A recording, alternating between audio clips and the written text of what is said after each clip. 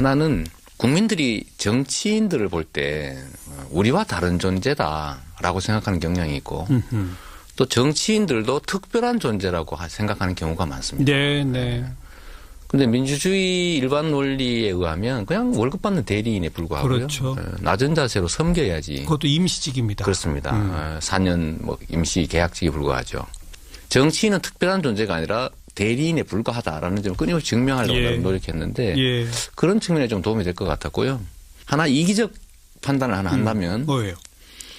제가 매우 거칠어 보이지 않습니까? 말이 좀 세니까. 적폐청산 역할 자체가 또 예. 공격수였으니까 맨날 저렇게 찌르고 다니는가 보다 이렇게 생각해서 네, 네. 부드러운 면도 있다. 진짜 저도 인간이다. 네, 네. 그냥 뭐 평범한 인간임을 좀 보여주고 싶었죠. 좋은 기회다 생각됐습니다. 참모나 가족들은 되게 반대했어요. 왜요? 위험하다고. 왜요? 이 리얼리티 프로그램은 조금만 뭘 잘못해도 예를 들면 뭐 집안에 보니까 외제 뭐가 있더라 뭐 이런 거. 네. 근데 저는 까딱 실수하면 이제 치명적인 피해를 입을 수가 있다고 해서 대개는 안 하는 게 좋겠다고 했는데 제가 원래 다 이렇게 다 내놓고 사는 사람이라서 뭐 괜찮겠다 이렇게 판단했는데 한 2번 방송했는데 괜찮은 것 같아요. 아직까지는. 그래요. 뭐 벽을 허무는다는 의미에서 네. 정치인들의 예능 프로그램 출연도 뭐 저도 좀 네. 많아질수록 괜찮겠다 네. 이런 생각이 듭니다. 고맙습니다. 어떻게 지내셨는지 얘기 잠깐 나눴고 네. 본격적으로 문재인 대통령 이제 2달 네. 조금 넘었습니다. 잘하고 있습니까? 뭐 아직까지는 기대 이상으로 잘하시는 것 같아요. 기대 이상. 네. 문제는 다음이죠. 아직 출발을 못했으니까요. 이제 진용을 갖추고 이제 정책 정리했고 이제 실행을 하는 단계가 되면 그때부터 이제 국민들은 기대가 아니라 평가를 시작할 텐데 네네. 아직은 기대를 하는 단계라서 뭐 뭘 한 게 없지 않습니까, 솔직히. 뭐 국정교과서 중단한다든지 뭐 위안부 재협의 뭐 이런 거 선언한다든지 뭐 성과연봉제 이런 거 좀 못하게 만들고 이런 것들은 잘 하시는 것 같고요. 특히 이제 원전 제로화 정책을 실행하는 거 이런 것들은 대단한 용기와 결단이 필요한데 뭐 잘하고 있는 것 같습니다. 지금은 뭐 잘못하기도 좀 어려운 시점 아닙니까? 대통령 당선돼서 겨우 2달 지났는데 네. 이제 겨우 뭐 과거 경험으로 치면 인수위 운영하고 있을 정도 그렇죠. 타임이라 아직은 뭐 평가하긴 이르죠. 근데 지금까지 보면 의지나 아니면 뭐 그 진용이나 뭐 충분히 괜찮다고. 인사에 대해서는 어떻게 평가하세요? 인사도 저는 과거에 역량 있는 사람들의 사소한 사적 행위들 뭐 이런 것들을 너무 지나치게 평가해서 역량 발휘할 기회를 뺐거나 또는 뭐 정부가 최초로 진용을 갖추는데 너무 지나치게 인사권자의 권한에 대해서 왈가왈부하는 거 좀 과하지 않으면 좋겠다는 생각하고요. 그래도 벌써 2분이 자진 사퇴했습니다. 네, 뭐 아깝죠. 뭐 그게 문재인 정부의 잘못이라고 하긴 좀 어렵지 않나 싶습니다. 지금 강요 많은 수의 강요를 임명하는데 뭐 검증 못한 책임을 얘기한다면 좀 그렇지만 뭐 그런 대로 좋은 사람들 잘 골라가고 있는 것 같습니다. 스스로 5대 원칙, 인사에 대한 5대 원칙으로 자기 발목을 잡았다. 그런 네. 측면이 있다. 네. 그리고 결국은 5대 원칙에 어긋나는 분들을 임명할 수밖에 없는 상황이 처음 닥쳤을 때부터 네. 조금 더 진솔하게 대통령 본인이 임종석 비서실장이 대신 사실 유감 표명 사과를 했는데 대통령 본인이 이거 약속했는데 솔직히 내가 못 지키게 됐다. 뭐 이렇게 했던 게 더 옳았던 거 아니냐는 의견도 있습니다. 어떻게 보세요? 그때 그런 말씀 잠깐 하셨던 걸로 제가 기억하는데요. 안병시적으로 본인께서 직접 유감 내지 사과까지는 없었습니다. 5대 원칙과 관련된. 네. 뭐 어쩔 수 없는 면이 있다 이런 말씀 하셨던 것 같고요. 근데 우리나라 사회에 수십 년 그 인생을 산 사람들 중에서 골라야 되는데 그 흠없는 사람, 예를 들면 우리가 뭐 성직자를 고르는 것도 아니고 해서 어려웠을 거다? 네, 어려웠을 겁니다. 뭐 골라놓으면 조금 뭐 흠이 있고. 예. 또 원래 설거지 많이 하는 사람은 그런 많이 깨거든요. 근데 원래 설거지 안 하는 사람은 깔끔하죠. 예. 예. 내가 만약 경선에서 이겼으면 네. 대통령 당선됐을 것이고 내가 대통령이 됐다면 2달 사이 나는 요건 했을 텐데 요거가 왜 안 하지 이런 건 혹시 없습니까? 저는 그런 건 없고요. 가끔씩은 놀랍다 이런 생각할 때가 많습니다. 오히려 놀랍다. 속도나 강도 측면에서 놀랍다 이런 생각을 할 때가 많이 있어요. 어느 대목에서 제일 놀라셨어요? 원전 정책 같은 거. 그거 쉽지 않거든요. 예. 또 일본군 위안부 관련 합의 재협의 문제도 그렇게 쉽게 말할 수 있는 게 아니죠. 그런 점들을 보면 놀랍다 이런 생각이 좀. 그 정도에 놀라셨어요? 아니 경선 과정에 이 사이다 발언을 막 내놓으셨던 이재명 시장이 현실은 그렇게 만만한 게 아니니까요. 그런 것 하나요. 하나는 약간 전술적인 건데 그 인사 국면을 돌파할 때 그 상대 진영들에 대해서 좀 낙관한 측면이 있어 보여요. 원래 그 물소대들이 악어가 득실되는 강을 건널 때 작전이 있거든요. 한꺼번에 건너가야 됩니다. 그렇죠. 근데 한 마리씩 건너가면 다 피해도 있거든요. 근데 2명씩, 3명씩 이렇게 소수를 계속 이렇게 순차적으로 내다 보니까 공격이 좀 집중된 면이 있고 또 그런 점이 선의로 믿고 했겠지만 조금 아쉽다. 야당들을 조금 얕잡아봤다 이렇게 표현하셨는데. 얕잡아보다는 너무 좀 믿었다. 네. 제가 보는 야당들하고 보통 정치계에서 보는 야당이 좀 다르더라고요. 저는 성남에서 예를 들면 규모는 적지만 어쨌든 지금도 현재 야대고 그 문제를 보면서 성남시 의회는 선의로 자유한국당이 많죠. 그렇습니다. 선의로 이 문제를 접근할 경우에는 해결이 안 되더라. 결론은 예를 들면 정치에 대한 민주적 통제가 확실할 경우에는 괜찮은데 예를 들면 국민들이 그걸 지켜보고 국민적 상식이나 뭐 대의에 어긋나는 일을 하면 국민들이 지탄을 받아서 예를 들면 정치적 손실이 있는다는 그런 게 확실하면 그렇게 하지 않는데 아무리 나쁜 짓을 해도 또 상식에 어긋나는 짓을 해도 별로 손해를 안 보는 그런 정치 풍토에서는 예를 들어 상식 밖의 행위를 자꾸 하게 되거든요. 지금 당장 손해볼 일이 없죠. 그렇습니다. 의석 그대로고. 그렇습니다. 선거 많이 남았고. 3년 남았고. 오히려 자기들이 예를 들면 발목을 잡아서 잃는 것보다는 성과를 못 내게 만들어서 반사적으로 얻을 게 더 많다 이런 판단 아니겠습니까? 그럴 경우라면 전략을 좀 달리 해야죠. 어떻게 해야 합니까? 제가 이제 그 협치 내지는 야당과의 관계에 잘하고 있느냐 이 질문을 던지려고 했는데. 물론 당연히 뭐 협치야 뭐 당연히 해야 되는 것이고요. 뭐 민주주의 사회에서 대화와 토론을 통해서 합의하고 하는 게 제일 좋고 안 되면 서로 양보하고 적절하게 타협하는 것이고 그다음 그래도 안 되는 경우에는 결국 국민들의 힘을 빌어서 돌파해야죠. 명확한 과제들은 돌파할 필요가 좀 있다고 생각합니다. 여전히 저는 이제 야권이 숫자도 좀 많고 지금도 보면 과거 청산에 대해서 범죄 행위 또는 뭐 부패 또 적폐에 대해서 청산하는 작업 자체를 정치적 보복이라고 밀어붙이고 저항하고 하는데 뭐 도둑이 도둑 잡으면 기분 나쁘겠죠, 그죠? 그러나 그걸 정치적 보복이라고 하는 건 옳지 않죠. 예를 들어 법이란 우리가 지키기로 약속하고 만드는 것인데 당연히 지켜야 되는 것이고 어긴 데에 대해서 책임져야 되는 게 그건 민주주의 ABC 아니겠습니까? 그런 문제들에 대해서 좀 돌파해 나가는 게 좋겠다 생각합니다. 그런데 국민의힘의 지지에 바탕을 둬서 돌파한다. 방산비리 수사 같은 거 착수한다. 또 국정농단 기소 유지에 도움되도록 추가 자료가 나오면 또 바로바로 한다. 이건 대통령이 권한으로 할 수 있습니다. 그런데 야당이 그 의석을 가지고 법 통과를 막으면 추경 처리를 막으면 그거는 국민힘으로 어떻게 돌파해요? 그래서 저는 이제 이 소위 과거 청산이나 또 새로운 과제들을 우리가 해결해 나갈 때 국회의 동의 없이 할 수 있는 일들을 최대한 많이 발굴할 필요가 있다고 생각하죠. 저는 뭐 경선 과정에서도 그런 말씀 많이 드렸습니다만은 예를 들면 이런 것들 있을 수 있습니다. 노동시간 단축이 우리 사회에 매우 중요한 과제인데 지금 노동시간 단축을 법으로 만들기 너무 어렵거든요.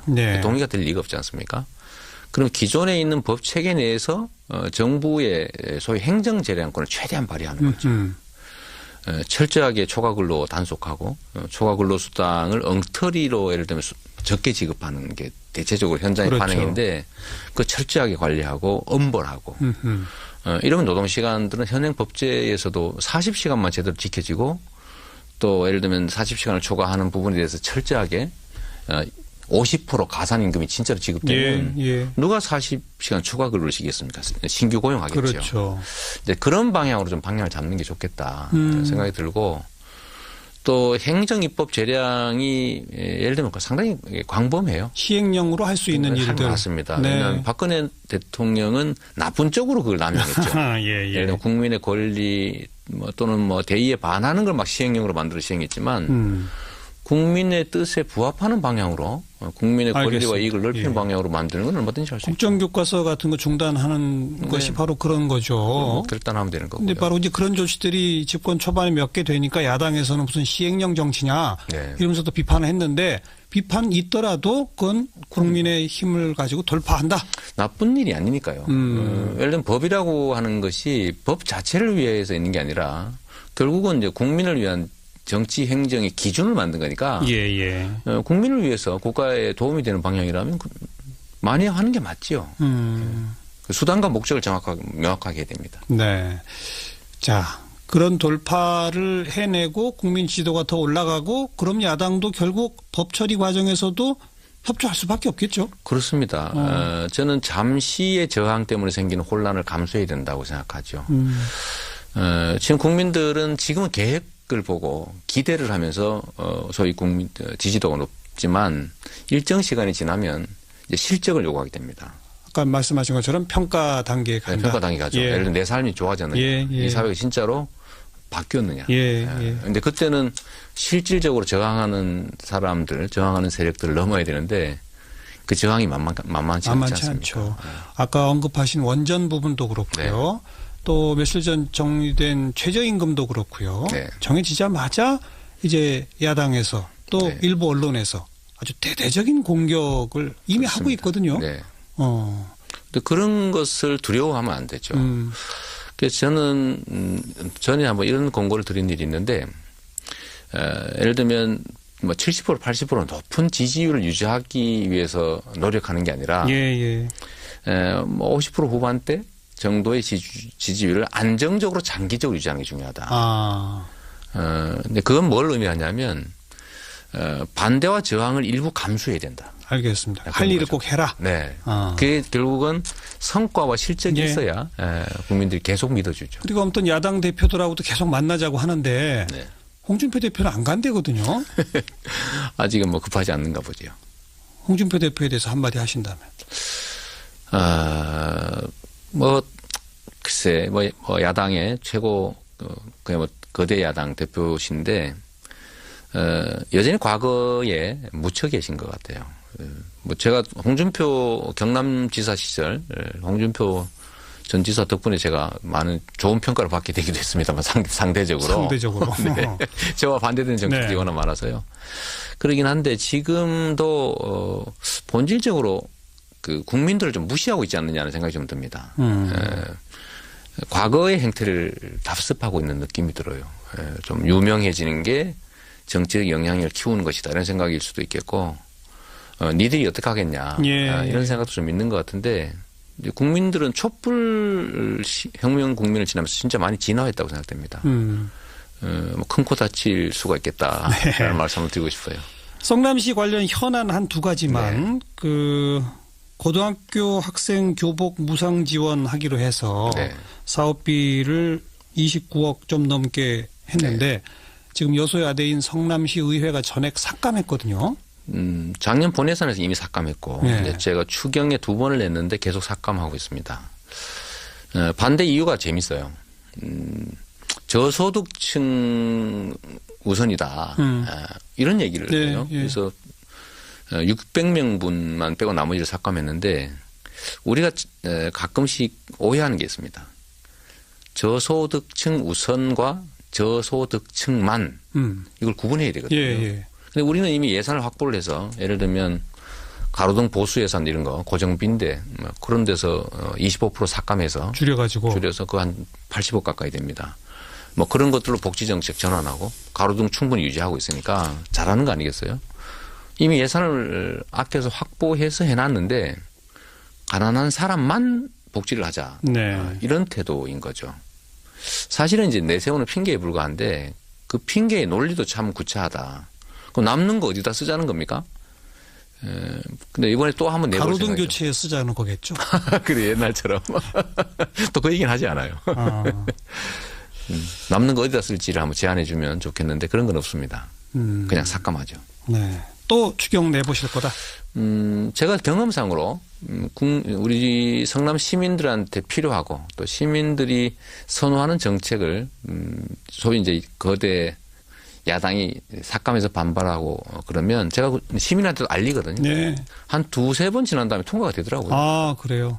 이번에도 뭐 청산에 그 스케이트장 그것도 삭감했다가 좀 사단이 좀 있었습니다. 예. 고발하고 뭐 이런 일이 있었는데 알겠습니다. 제가 그 압수수색도 당했는데 그 때문에 결국 그러고 나니까 조용히 또 통과됐더라고요. 네. 전에 뭐 학교 창의교육 지원 예산 뭐 200억 또 한 1년 동안 계속 5번인가 부결되다가 결국은 통과됐죠. 시민들한테 자꾸 알리고 시민들한테 아니 이런 거 하는데 반대합니다. 그래도 오늘 저랑 인터뷰한 게 또 시민들한테 많이 알려질 테니까 좀 기다려 보도록 하고요. 청년배당, 무상교복, 공공산후조리원 뭐 이른바 성남의 3대 무상복지에 이번에 추가로 새로 계획을 짜신 게 이것도 좀 독특해요. 군에 입영하는 청년들이 군 복무 중에 불의의 사고를 당하면 충분히 치료비나 보상도 받을 수 있도록 상해 보험 보장제를 도입한다. 네. 이거 처음 지금 나온 정책이에요. 그렇습니다. 예. 제가 전에 이제 전방 철책 경기하다가 뭐 다리 절단 사고가 났는데 정부에서 정한 보상이나 치료 대책은 일정 한계가 있어서 나머지를 본인이 부담해야 된다는 황당한 소리를 한번 그때 듣고 그 사람들이 성남에 또 병원이 있으니까 국군 병원이 있으니까 성남으로 와 있습니다. 국가가 국민 그것도 젊은이들을 필요에 의해서 데려가 가지고 그 과정에서 다치고 죽고 하는데 최종 책임을 져주지 않는다는 건 참 잔인한 일이다.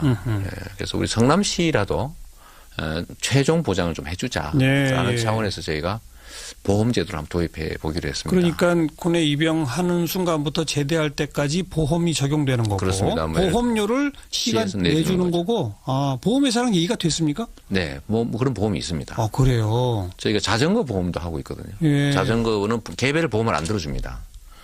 그런데 성남 시민 전부는 다 자전거 보험이 들어있어서 어디가 사고를 내거나 당하면 뭐 보험 처리가 되죠. 이미 하고 있습니다. 시행하고 몇 있어요? 년째 하고 있습니다. 아주 적은 비용으로 많은 사람들이 혜택 볼 수 있죠. 네. 이것도 역시 예산은 많이 안 들겠네요. 3억 정도니까요. 뭐 1년에 3억이면 1인당 300원 정도니까 군에 가는 청년들 그렇습니다. 제대할 때까지 만약 사고 당하면 뭐 추가 보상을 받는다. 보상 치료 다 해주죠. 이건 의회가 반대 안 할 것 같은데요? 못하지 않을까 싶어요. 저는 이제 성남 시민들, 성남의 청년들만 혜택 보는 게 아니라 저는 국가가 기본적으로 이런 정도는 다 해줘야 된다고 생각합니다. 예, 좋습니다. 그런 계기가 되겠지요. 내년 지방선거에 어떻게 하실 겁니까? 선거니까 저는 뭐 그것도 메뚜기도 한 차례라고 당연히 나가야죠. 어디에요? 그건 고민 중이고요. 내부적인 결정은 대체적으로 해가고 있긴 한데 아직 공개적으로 이런 얘기를 하기는 좀 이른 것 같아요. 아직도 임기가 1년이나 남았고 저 이재명 시장이 재산은 관심이 없고 재판만 관심이 있나 이런 얘기 할 수 있어서 성남시장 3선 도전이냐 경기도지사 도전이냐 서울시장 도전이냐 셋 중에 어디입니까? 그중에 하나가 될 텐데요. 저는 뭐 제가 하고 싶은 일은 있긴 합니다. 뭐예요? 그런 얘기 하기 좀 어려워요. 그런데 저는 정치인이니까 지금까지 살아왔던 것처럼 제가 하고 싶은 일보다는 우리 사회가 필요로 하는 일, 해야 되는 일을 하려고 하죠. 하나는 국민들이 정치인들을 볼 때 우리와 다른 존재다라고 생각하는 경향이 있고 또 정치인들도 특별한 존재라고 생각하는 경우가 많습니다. 네. 근데 민주주의 일반 논리에 의하면 그냥 월급 받는 대리인에 불과하고요. 그렇죠. 낮은 자세로 섬겨야지. 그것도 임시직입니다. 그렇습니다. 4년 뭐 임시 계약직에 불과하죠. 정치인은 특별한 존재가 아니라 대리인에 불과하다라는 점을 끊임없이 증명하려고 예. 노력했는데 예. 그런 측면에 좀 도움이 될 것 같았고요. 하나 이기적 판단을 하나 한다면 뭐예요? 제가 매우 거칠어 보이지 않습니까? 말이 좀 세니까. 적폐청산 역할 자체가 또 예. 공격수였으니까 맨날 저렇게 찌르고 다니는가 보다 이렇게 생각해서 네.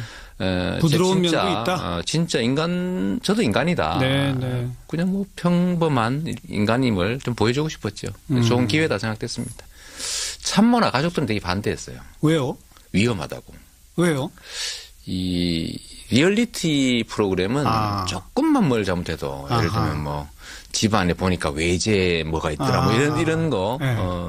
근데 저는 까딱 실수하면 이제 치명적인 피해를 입을 수가 있다고 해서 대개는 안 하는 게 좋겠다고 했는데 제가 원래 다 이렇게 다 내놓고 사는 사람이라서 뭐 괜찮겠다 이렇게 판단했는데 한 2번 방송했는데 괜찮은 것 같아요. 아직까지는. 그래요. 뭐 벽을 허무는다는 의미에서 네. 정치인들의 예능 프로그램 출연도 뭐 저도 좀 네. 많아질수록 괜찮겠다 네. 이런 생각이 듭니다. 고맙습니다. 어떻게 지내셨는지 얘기 잠깐 나눴고 네. 본격적으로 문재인 대통령 이제 2달 네. 조금 넘었습니다. 잘 하고 있습니까? 뭐 아직까지는 기대 이상으로 잘하시는 것 같아요. 기대 이상. 네. 문제는 다음이죠. 아직 출발을 못했으니까요. 이제 진용을 갖추고 이제 정책 정리했고 이제 실행을 하는 단계가 되면 그때부터 이제 국민들은 기대가 아니라 평가를 시작할 텐데 네네. 아직은 기대를 하는 단계라서 뭐 뭘 한 게 없지 않습니까, 솔직히. 뭐 국정교과서 중단한다든지 뭐 위안부 재협의 뭐 이런 거 선언한다든지 뭐 성과연봉제 이런 거 좀 못하게 만들고 이런 것들은 잘 하시는 것 같고요. 특히 이제 원전 제로화 정책을 실행하는 거 이런 것들은 대단한 용기와 결단이 필요한데 뭐 잘하고 있는 것 같습니다. 지금은 뭐 잘못하기도 좀 어려운 시점 아닙니까? 대통령 당선돼서 겨우 2달 지났는데 네. 이제 겨우 뭐 과거 경험으로 치면 인수위 운영하고 있을 정도 그렇죠. 타임이라 아직은 뭐 평가하긴 이르죠. 근데 지금까지 보면 의지나 아니면 뭐 그 진용이나 뭐 충분히 괜찮다고. 인사에 대해서는 어떻게 평가하세요? 인사도 저는 과거에 역량 있는 사람들의 사소한 사적 그 행위들 뭐 이런 것들을 너무 지나치게 평가해서 역량 발휘할 기회를 뺐거나 또는 뭐 정부가 최초로 진용을 갖추는데 너무 지나치게 인사권자의 권한에 대해서 왈가왈부하는 거 좀 과하지 않으면 좋겠다는 생각하고요. 그래도 벌써 2분이 자진 사퇴했습니다. 네, 뭐 아깝죠. 뭐 그게 문재인 정부의 잘못이라고 하긴 좀 어렵지 않나 싶습니다.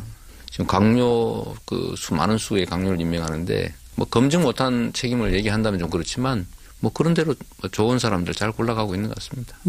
스스로 5대 원칙, 인사에 대한 5대 원칙으로 자기 발목을 잡았다. 그런 네. 측면이 있다. 네. 그리고 결국은 5대 원칙에 어긋나는 분들을 임명할 수밖에 없는 상황이 처음 닥쳤을 때부터 네. 조금 더 진솔하게 대통령 본인이 이 임종석 비서실장이 대신 사실 유감 표명 사과를 했는데 대통령 본인이 이거 약속했는데 솔직히 내가 못 지키게 됐다. 뭐 이렇게 했던 게 더 옳았던 거 아니냐는 의견도 있습니다. 어떻게 보세요? 그때 그런 말씀 잠깐 하셨던 걸로 제가 기억하는데요. 안병시적으로 본인께서 직접 유감 내지 사과까지는 없었습니다. 5대 원칙과 관련된. 네. 뭐 어쩔 수 없는 면이 있다 이런 말씀 하셨던 것 같고요. 근데 우리나라 사회에 수십 년 그 인생을 산 사람들 중에서 골라야 되는데 그 흠없는 사람, 예를 들면 우리가 뭐 성직자를 고르는 것도 아니고 해서 어려웠을 거다? 네, 어려웠을 겁니다. 뭐 골라놓으면 조금 뭐 흠이 있고. 예. 또 원래 설거지 많이 하는 사람은 그런 많이 깨거든요. 근데 원래 설거지 안 하는 사람은 깔끔하죠. 예. 내가 만약 경선에서 이겼으면 네. 대통령 당선됐을 것이고 내가 대통령이 됐다면 2달 사이 나는 요건 했을 텐데 요거가 왜 안 하지 이런 건 혹시 없습니까? 저는 그런 건 없고요. 가끔씩은 놀랍다 이런 생각할 때가 많습니다. 오히려 놀랍다. 뭐 속도나 강도 측면에서 놀랍다 이런 생각을 할 때가 많이 있어요. 어느 대목에서 제일 놀라셨어요? 원전 정책 같은 거. 그거 쉽지 않거든요. 예. 또 일본군 위안부 관련 합의 재협의 문제도 그렇게 쉽게 말할 수 있는 게 아니죠. 그런 점들을 보면 놀랍다 이런 생각이 좀. 그 정도에 놀라셨어요? 아니, 경선 과정에 이 사이다 발언을 막 내놓으셨던 이재명 시장이. 현실은 그렇게 만만한 게 아니니까요. 그런 것 하나요. 하나는 약간 전술적인 건데, 그 인사 국면을 돌파할 때 그 상대 진영들에 대해서 예. 좀 낙관한 측면이 있어 보여요. 원래 그 물소떼들이 악어가 득실되는 강을 건널 때 작전이 있거든요. 한꺼번에 건너가야 됩니다. 그렇죠. 예. 근데 한 마리씩 건너가면 다 피해도 있거든요. 근데 두 명씩, 세 명씩 이렇게 소수를 계속 이렇게 순차적으로 내다 보니까 공격이 좀 집중된 면이 있고 또 그런 점이 선의로 믿고 했겠지만 좋아요. 조금 아쉽다. 야당들을 조금 얕잡아봤다 이렇게 표현하셨는데 계속 믿어주죠. 그리고 아무튼 야당 대표들하고도 계속 만나자고 하는데 네. 홍준표 대표는 안 간대거든요. 아직은 뭐 급하지 않는가 보죠. 홍준표 대표에 대해서 한마디 하신다면. 글쎄 야당의 최고 그냥 거대 야당 대표신데 여전히 과거에 묻혀 계신 것 같아요. 제가 홍준표 경남지사 시절 홍준표 전 지사 덕분에 제가 많은 좋은 평가를 받게 되기도 했습니다만 상대적으로. 네. 저와 반대되는 정책들이 워낙 많아서요. 그러긴 한데 지금도 본질적으로 그 국민들을 좀 무시하고 있지 않느냐는 생각이 좀 듭니다. 과거의 행태를 답습하고 있는 느낌이 들어요. 좀 유명해지는 게 정치적 영향력을 키우는 것이다 이런 생각일 수도 있겠고 니들이 어떻게 하겠냐 이런 생각도 좀 있는 것 같은데 국민들은 촛불 혁명 국면을 지나면서 진짜 많이 진화했다고 생각됩니다. 큰 코 다칠 수가 있겠다 라는 말씀을 드리고 싶어요. 성남시 관련 현안 한 두 가지만 그 고등학교 학생 교복 무상 지원하기로 해서 사업비를 29억 좀 넘게 했는데 지금 여소야대인 성남시 의회가 전액 삭감했거든요. 작년 본예산에서 이미 삭감했고 이제 제가 추경에 2번을 냈는데 계속 삭감하고 있습니다. 반대 이유가 재밌어요. 저소득층 우선이다. 이런 얘기를 해요. 그래서 600명분만 빼고 나머지를 삭감했는데 우리가 가끔씩 오해하는 게 있습니다. 저소득층 우선과 저소득층만 이걸 구분해야 되거든요. 근데 우리는 이미 예산을 확보를 해서 예를 들면 가로등 보수 예산 이런 거 고정비인데 그런 데서 25% 삭감해서 줄여서 그 한 80억 가까이 됩니다. 뭐 그런 것들로 복지 정책 전환하고 가로등 충분히 유지하고 있으니까 잘하는 거 아니겠어요? 이미 예산을 아껴서 확보해서 해놨는데 가난한 사람만 복지를 하자. 이런 태도인 거죠. 사실은 이제 내세우는 핑계에 불과한데 그 핑계의 논리도 참 구차하다. 그럼 남는 거 어디다 쓰자는 겁니까?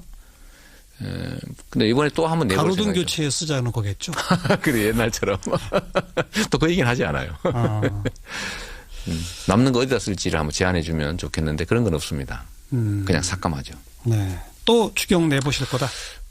제가 경험상으로 우리 성남 시민들한테 필요하고 또 시민들이 선호하는 정책을 소위 이제 거대 야당이 삭감해서 반발하고 그러면 제가 시민한테도 알리거든요. 한 2-3번 지난 다음에 통과가 되더라고요. 그래요? 이번에도 뭐 청산에 그 스케이트장 그것도 삭감했다가 좀 사단이 좀 있었습니다. 고발하고 뭐 이런 일이 있었는데 알겠습니다. 제가 그 압수수색도 당했는데 그것 때문에 결국 그러고 나니까 조용히 또 통과됐더라고요. 전에 뭐 학들 있을 수 있습니다. 노동시간 단축이 우리 사회에 매우 중요한 과제인데 지금 노동시간 단축을 법으로 만들기 너무 어렵거든요. 동의가 될 리가 없지 않습니까? 그럼 기존에 있는 법 체계 내에서 정부의 소위 행정 재량권을 최대한 발휘하는 거죠. 철저하게 초과근로 단속하고 초과근로 수당을 엉터리로 예를 들면 적게 지급하는 게 대체적으로 현장의 그렇죠. 반응인데 그 철저하게 관리하고 엄벌하고 이러면 노동시간들은 현행 법제에서도 40시간만 제대로 지켜지고 또 예를 들면 40시간을 초과하는 부분에 대해서 철저하게 50% 가산임금이 진짜로 지급되면 누가 40시간 초과 근로를 시키겠습니까? 신규 고용하겠죠. 그렇죠. 이제 그런 방향으로 좀 방향을 잡는 게 좋겠다 생각이 들고 또 행정입법 재량이 예를 들면 상당히 광범해요. 시행령으로 할 수 있는 일들. 맞습니다. 네. 왜냐하면 박근혜 대통령은 나쁜 쪽으로 그걸 남용했죠. 예를 들면 국민의 권리 또는 대의에 반하는 걸 막 시행령으로 만들어 시행했지만 국민의 뜻에 부합하는 방향으로 국민의 알겠습니다. 권리와 이익을 넓히는 방향으로 만드는 건 얼마든지 할 수 있죠. 국정교과서 같은 거 중단하는 것이 바로 그런 거죠. 결단하면 되는 거고요. 근데 바로 이제 그런 조치들이 집권 초반에 몇 개 되니까 야당에서는 무슨 시행령 정치냐 이러면서 또 비판을 했는데 비판 있더라도 그건 국민의 힘을 가지고 돌파한다. 나쁜 일이 아니니까요. 예를 들면 법이라고 하는 것이 법 자체를 위해서 있는 게 아니라 결국은 이제 국민을 위한 정치 행정의 기준을 만든 거니까 국민을 위해서 국가에 도움이 되는 방향이라면 많이 하는 게 맞지요. 수단과 목적을 명확하게 해야 됩니다. 네. 자, 그런 돌파를 해내고 국민 지도가 더 올라가고 그럼 야당도 결국 법 처리 과정에서도 협조할 수밖에 없겠죠. 그렇습니다. 저는 잠시의 저항 때문에 생기는 혼란을 감수해야 된다고 생각하죠. 지금 국민들은 지금은 계획을 보고 기대를 하면서 소위 국민 지지도가 높지만 일정 시간이 지나면 이제 실적을 요구하게 됩니다. 아까 말씀하신 것처럼 평가 단계에 간다. 평가 단계 가죠. 예를 들면 내 삶이 좋아졌느냐. 이 사회가 진짜로 바뀌었느냐. 그런데 그때는 실질적으로 저항하는 사람들, 저항하는 세력들을 넘어야 되는데 그 저항이 만만치 않습니다. 않죠. 아까 언급하신 원전 부분도 그렇고요. 또 며칠 전 정리된 최저임금도 그렇고요. 정해지자마자 이제 야당에서 또 일부 언론에서 아주 대대적인 공격을 이미 그렇습니다. 하고 있거든요. 근데 그런 것을 두려워하면 안 되죠. 그래서 저는 전에 한번 이런 공고를 드린 일이 있는데 예를 들면 70% 80% 높은 지지율을 유지하기 위해서 노력하는 게 아니라 50% 후반대 정도의 지지율을 안정적으로 장기적으로 유지하는 게 중요하다. 근데 그건 뭘 의미하냐면 반대와 저항을 일부 감수해야 된다. 알겠습니다. 할 일을 꼭 해라. 그게 결국은 성과와 실적이 있어야 국민들이 짜바보다는 너무 좀 믿었다. 제가 보는 야당들하고 보통 정치계에서 보는 야당이 좀 다르더라고요. 저는 성남에서 예를 들면 규모는 적지만 어쨌든 힘도 현재 여소 야대고 그 문제를 보면서 성남시 의회는 선의로 자유한국당이 많죠. 그렇습니다. 선의로 이 문제를 접근할 경우에는 해결이 안 되더라. 결론은 예를 들면 정치에 대한 민주적 통제가 확실할 경우에는 괜찮은데 예를 들면 국민들이 그걸 지켜보고 국민적 상식이나 대의에 어긋나는 일을 하면 국민들이 지탄을 받아서 예를 들면 정치적 손실이 있는다는 그런 게 확실하면 그렇게 하지 않는데 아무리 나쁜 짓을 해도 또 상식에 어긋나는 짓을 해도 별로 손해를 안 보는 그런 정치 풍토에서는 예를 들면 상식 밖의 행위를 자꾸 하게 되거든요. 지금 당장 손해볼 일이 없죠. 그렇습니다. 의석 그대로고. 그렇습니다. 선거 많이 남았고. 3년 남았고. 오히려 자기들이 예를 들면 발목을 잡아서 잃는 것보다는 성과를 못 내게 만들어서 반사적으로 얻을 게 더 많다 이런 판단 아니겠습니까? 그럴 경우라면 전략을 좀 달리 해야죠. 어떻게 해야 합니까? 제가 이제 그 협치 내지는 야당과의 관계에 잘하고 있느냐 이 질문을 던지려고 했는데. 물론 당연히 협치야 당연히 해야 되는 것이고요. 민주주의 사회에서 대화와 토론을 통해서 합의하고 하는 게 제일 좋고 안 되면 서로 양보하고 적절하게 타협하는 것이고 그다음 그래도 안 되는 경우에는 결국 국민들의 힘을 빌어서 돌파해야죠. 명확한 과제들은 돌파할 필요가 좀 있다고 생각합니다. 여전히 저는 이제 야권이 숫자도 좀 많고 지금도 보면 과거 청산에 대해서 범죄 행위 또는 부패 또 적폐에 대해서 청산하는 작업 자체를 정치적 보복이라고 밀어붙이고 그렇죠. 저항하고 하는데 뭐 도둑이 도둑 잡으면 기분 나쁘겠죠, 그죠? 그러나 그걸 정치적 보복이라고 하는 건 옳지 않죠. 예를 들어 법이란 우리가 지키기로 약속하고 만드는 것인데 당연히 지켜야 되는 것이고 어긴 데에 대해서 책임져야 되는 게 그건 민주주의의 ABC 아니겠습니까? 네, 그런 문제들에 대해서 좀 돌파해 나가는 게 좋겠다 생각합니다. 그런데 국민의힘의 지지의 바탕을 둬서 돌파한다. 네. 방산비리 수사 같은 거 착수한다. 네. 또 국정농단 기소 유지에 도움되도록 추가 자료가 나오면 또 바로바로 한다. 네. 이건 대통령이 권한으로 할 수 있습니다. 네. 그런데 야당이 그 의석을 가지고 법 통과를 막으면 추경 처리를 막으면 그거는 국민힘으로 어떻게 돌파해요? 그래서 저는 이제 이 소위 과거 청산이나 또 새로운 과제들을 우리가 해결해 나갈 때 국회의 동의 없이 할 수 있는 일들을 최대한 많이 발굴할 필요가 있다고 생각하죠. 저는 뭐 경선 과정에서도 그런 말씀 많이 드렸습니다만은 예를 들면 이런 것